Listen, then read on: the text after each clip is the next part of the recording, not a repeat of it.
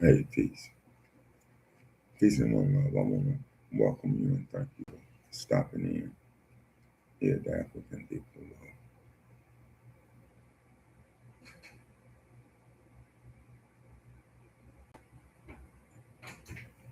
Um,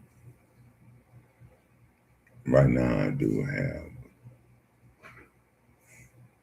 the chat open up, but it's only open up for those who subscribe to the channel. Today, I'm going to give you a parable. I'm going to give you a story, and I want you to meditate on the story. The story has to do with the Most High and it has to do with us.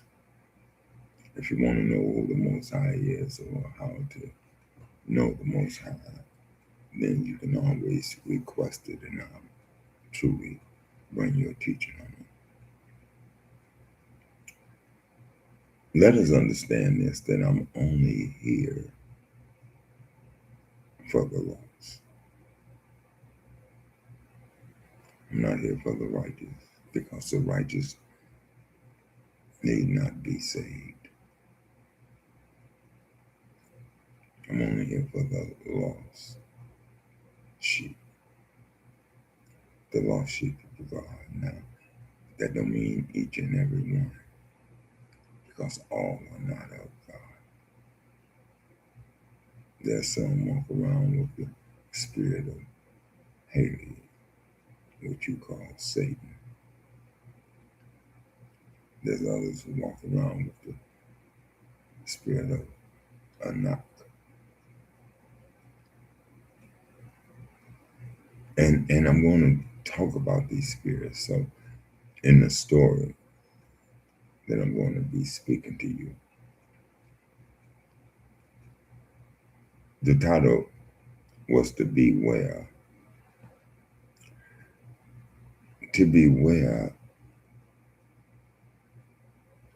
of Satan's tricks and miss Satan.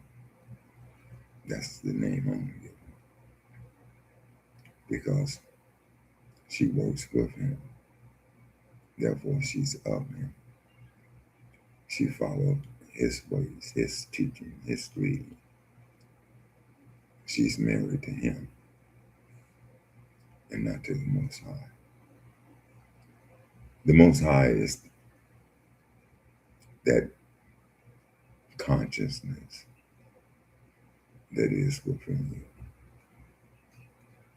It's that soul that has become one with that spirit. The Most High is you. You're the Most High in your life, and it is your obligation to yourself to know who you choose to be.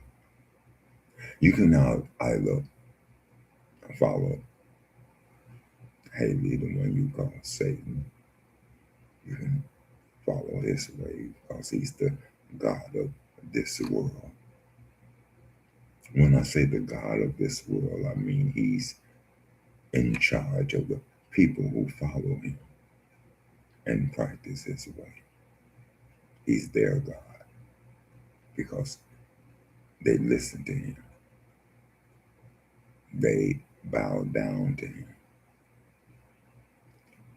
Now, understand that that could be anyone that's under the sound of my voice who has the ability to lead others astray from the truth. See, I understand that all stories are written, and they're written so that we can learn something from them. They're parables, they're metaphors. So you have to be able to divide the word to come up with the full truth of what it is really trying to instruct you in. The Most High appointed in the enclosed garden messengers. These messengers at that time were surveyors. They were to survey the planet Earth and the atmosphere. Yet the disagreeables, the disagreeable one, Hayla, Satan, that evil one, hid inside of the enclosed garden. So that when the surveyors had finished surveying, they returned to Odish. Odish is the holy place, to say all is well for Sagar, who you call Anak. They went back saying all is well in the garden. And again, the enclosed garden. Enclosed. That means everyone was not allowed to enter. It was enclosed. You had to go through a certain way. And when the time was just right, and the time was just right, that evil one tricked Eve, the wife of Adam, as Anak tricked Adam in the form of nature and swayed Adam. Curse this day be the seed of Hayla. Hayla is Satan. Curse be the seed of that evil spirit. Anak. These names are just names that are used for you to be able to understand that they are people just like you and me. They are spirit beings, just like us all. But I want you to see that in all of us, there are different spirits, and all spirits are not of God. Some are of that evil one, that fallen one that refused to walk right among his brothers and his sisters. I don't want you to get caught up in the story and start talking about the characters. I want you to get caught up in the story and start talking about you and those around you, those that you interact with. Now, just as Anak tricked Adam, in the form of nature, swayed Adam into believing in something false. That's why I say curse be the seed, the sperm, the children that come from this spiritual being, this man, this woman, and their children's seed. Curse be to them too on the planet Earth.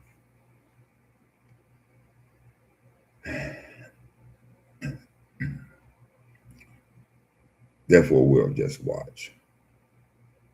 We'll watch with both eyes,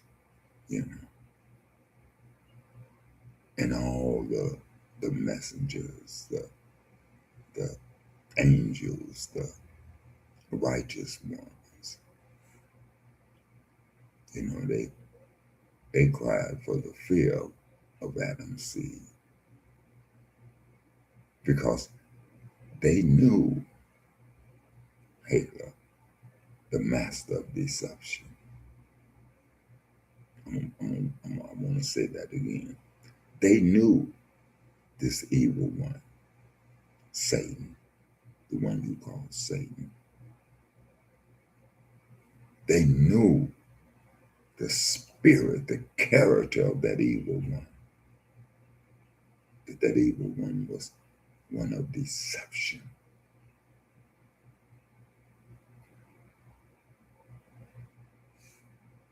So when you run into that person that has the character for deception,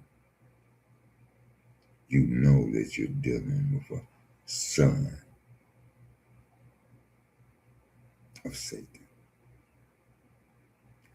Cain, your scripture says, was a child of the evil one.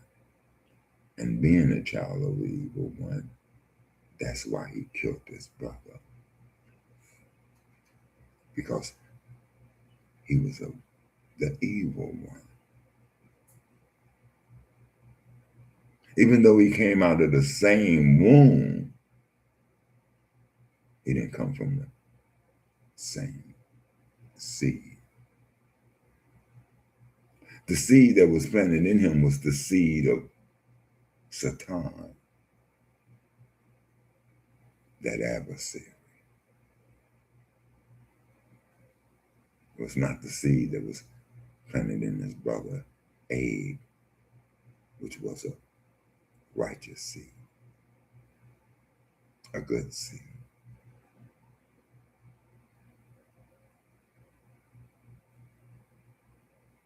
In other words, a good character, a righteous character. Wherever or whenever you hear about Satan, you have to think of one with an evil characteristic, one with an unrighteous soul, one who truly goes against that which is right and that which is holy, that which is good. See, I'm just trying to give you some understanding about the God that you say you believe in. Because, believe it or not, this God is you. That's us. The God of good and the God of evil. There's no other God. There's no other God that's going to come to your rescue but you. You.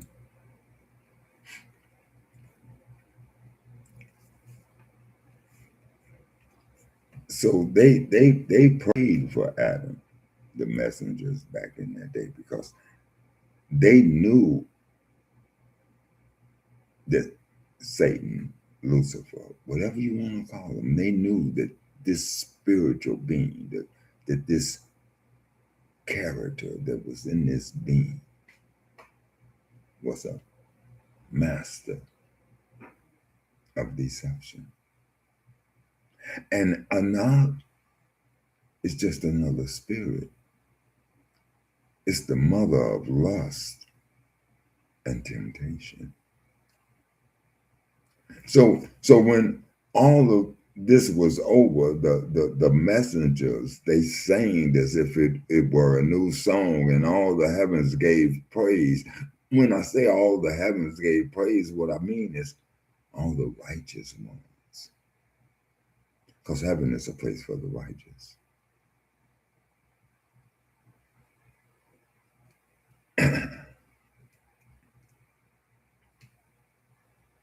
They sang and they gave praise for the last 100,000 years. And they cried for 6,000 other years. For in it, I mean, shall the seed, and this is why they cry, because in earth shall the seed of the disagreeable rule, shall the seed of deception rule, shall the seed of lust and temptation rule in all of the earth. So the messengers of God, those who were in God's image and God's likeness, they asked the Most High, could they stand on the side of Adam?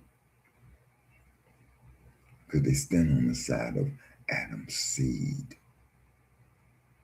that righteous seed? And again, the Most High answered them with a yes. And he asked, can they help Adam's seed? And again, the Most High answered them, yes. They could stand on the side of that righteous seed. They can help that righteous seed. And then they asked, could they take Adam's place?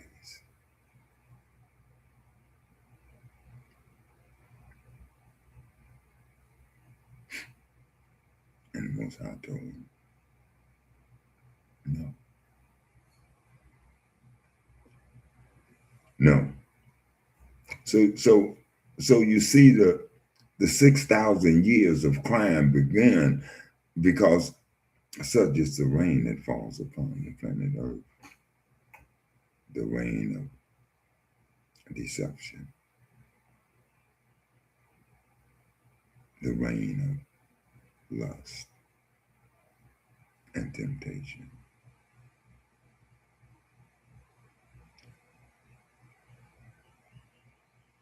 And you know, it's funny because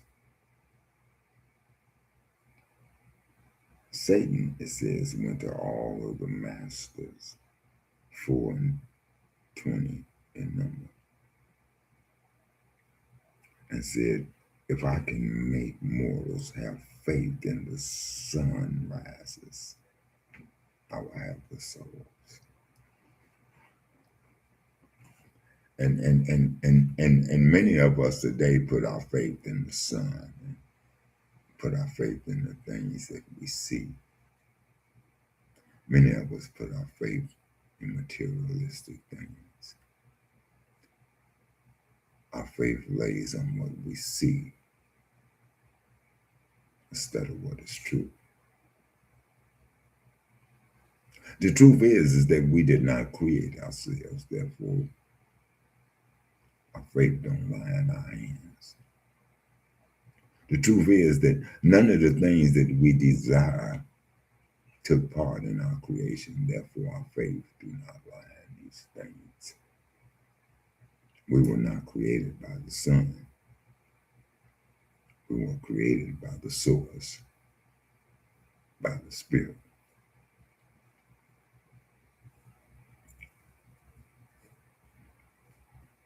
So when you have mortals who put their faith in the sun and the things of men, these mortals belong to that evil one. They serve that evil one by his will. Because their will is his will. They have taken upon themselves the very will of that evil nature that lies within us all. Because we were born into an evil world. We were born into a world full of sin, a world full of evil. We were taught evil until the day we believe evil is all around us. And when you turn on the TV, you see evil. You go turn on a movie, it's evil. You watch the news, it's evil. Evil is always presented to us. So therefore, when we see evil, it doesn't bother us because we become accustomed to it.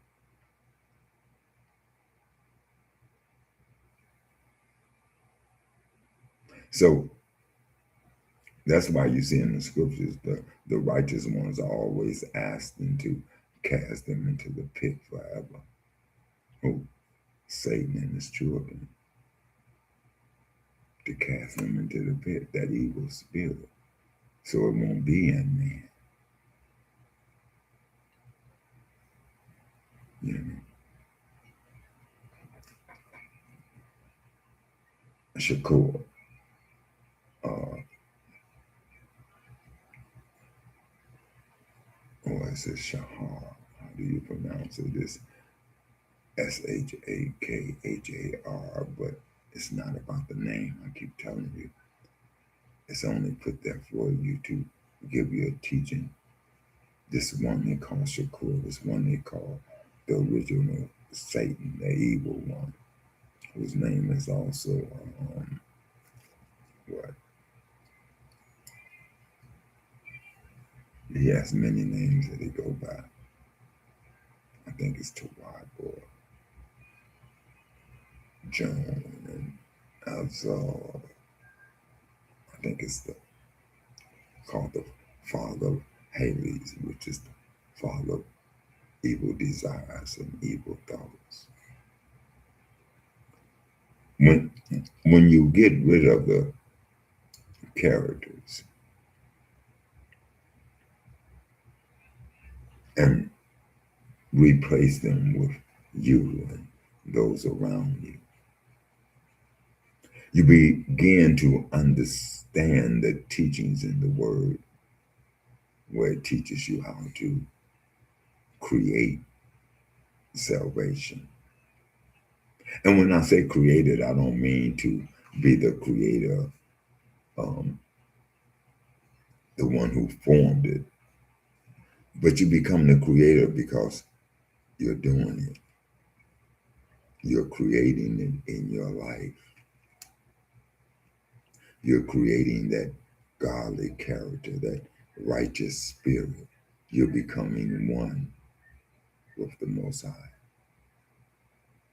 That don't mean that the Most High don't have an evil spirit in it, because all things come from the Most High, the good and the bad.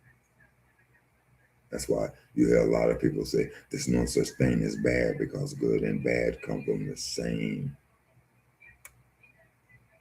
creature. It comes from the same creator. So how can there be a good or a bad? But there is a good and a bad, like there's an up and a down and an in and an out. Just like there's a right and a wrong. If there's no bad, then there's no wrong. And if there's no wrong, then there's no sin. And if there's no sin, there's no turmoil. There's no hurt. There's no pain. There's no disagreeing.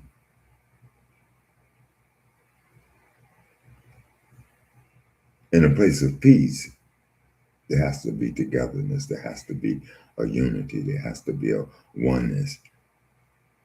Even in your house, the scripture says there's a house that's divided shall fall.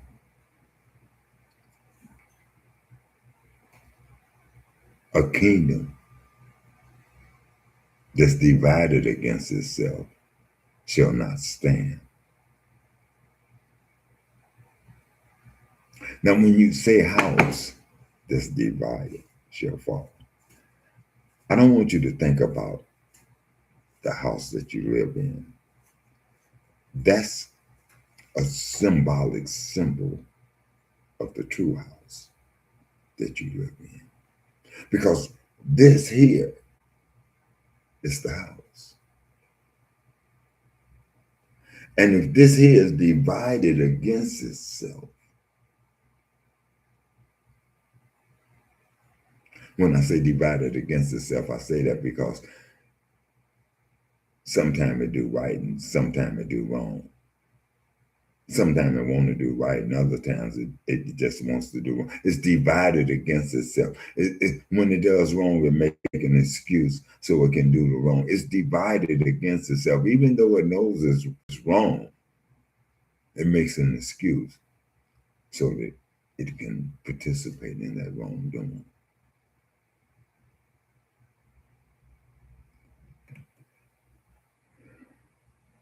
That's a spirit. That's a character. See, everybody's trying to give you a God outside of you, and everybody's trying to give you a God that's all powerful. And that's great. There is a God that's all powerful. And there are gods outside of you, the gods that are around you, because we're all gods. God is not the most high. The most high is the word that lives in you. Because that's what controls you. The word that lives in you. So whatever life you take upon yourself, that's the word that gives you life.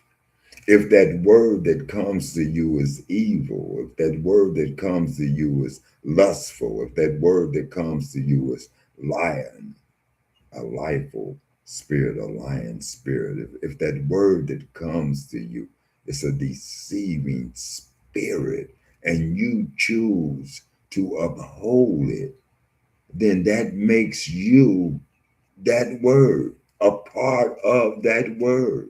You become one with it. You are evil because you practice evil. See, we want to play with this. I'm not here to get you to follow religion. The only religion I want you to follow is the one true religion, and you already know what that is. That's the religion of love. You can't even become perfect until you understand that it is love that creates perfection.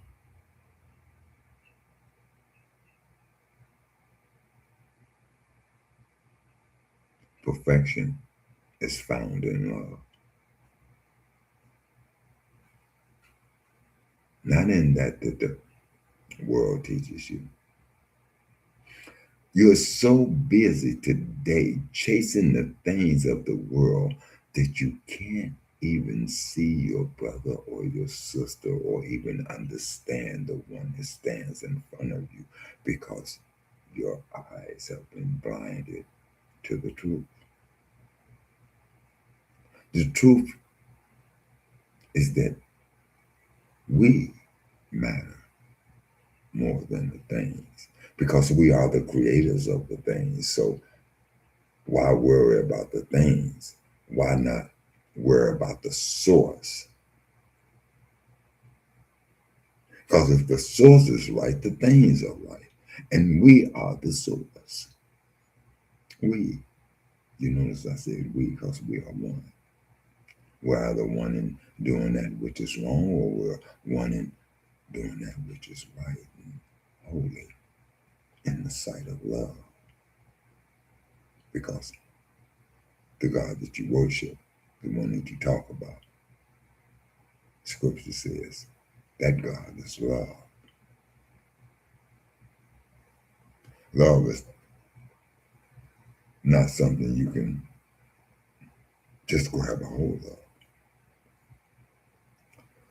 Love is something that you learn. And as you learn it, you become perfected in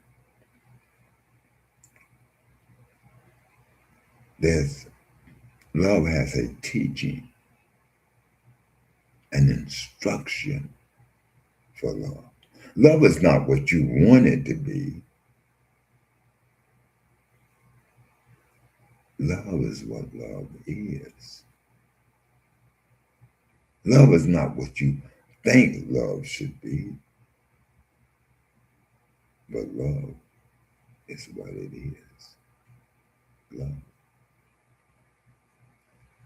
Most don't look at the characteristics of love, so most don't look at love. And if they don't look at love, they don't look at God.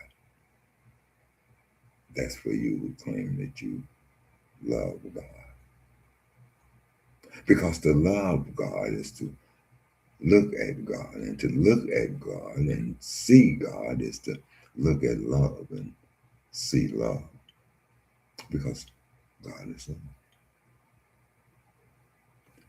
I'm not here to tell you anything that you don't already know, but I'm here to tell you that that which you do know, you need to give up so that you can know, because what you're chasing leads to death. It leads to destruction. You're chasing things that are in vain. And when I say death and destruction, I don't mean like you'll be killed. I mean you're killing yourself daily. You're already dying because you have taken upon yourself the corruption of this world, the poisons of man. Because man will poison you for great gain. Man has no love for you. You know, in the world, they tell you it's all about the paper. What love got to do with it? And they tell you that to keep you dull because love has everything to do with it. They call me Dr. Love, by the way. They also call me Love in the Flesh because that's all I speak of is love. And then they say, well, you could speak it, but what that means? It means nothing. If I'm not an example of it, then it means nothing. Love is what I am.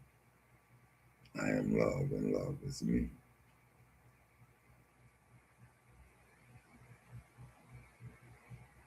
But I'm only love because I learned what love was. I studied to show myself approved on knowing what love was. Therefore, I wouldn't have any shame.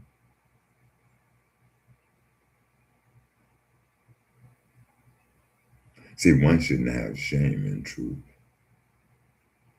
One shouldn't have shame in love because love is true.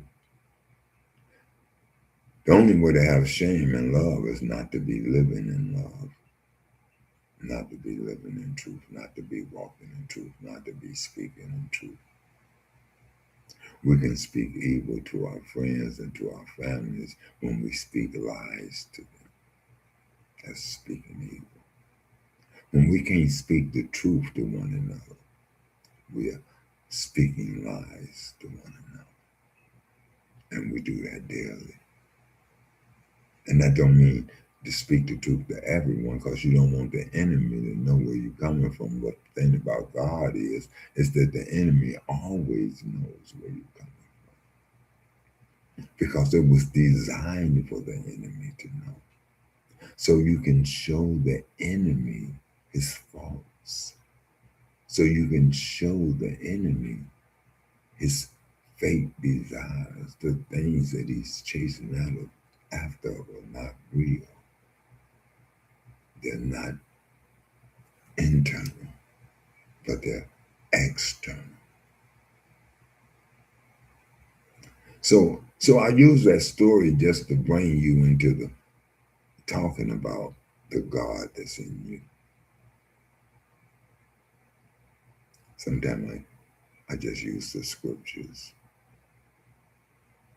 but I'm always using a parable. There's a sister that comes on TikTok. Her room is Christians can stop sinning. And she gets a lot of back talk on that. She won't let me in the room because I question her ideology of God.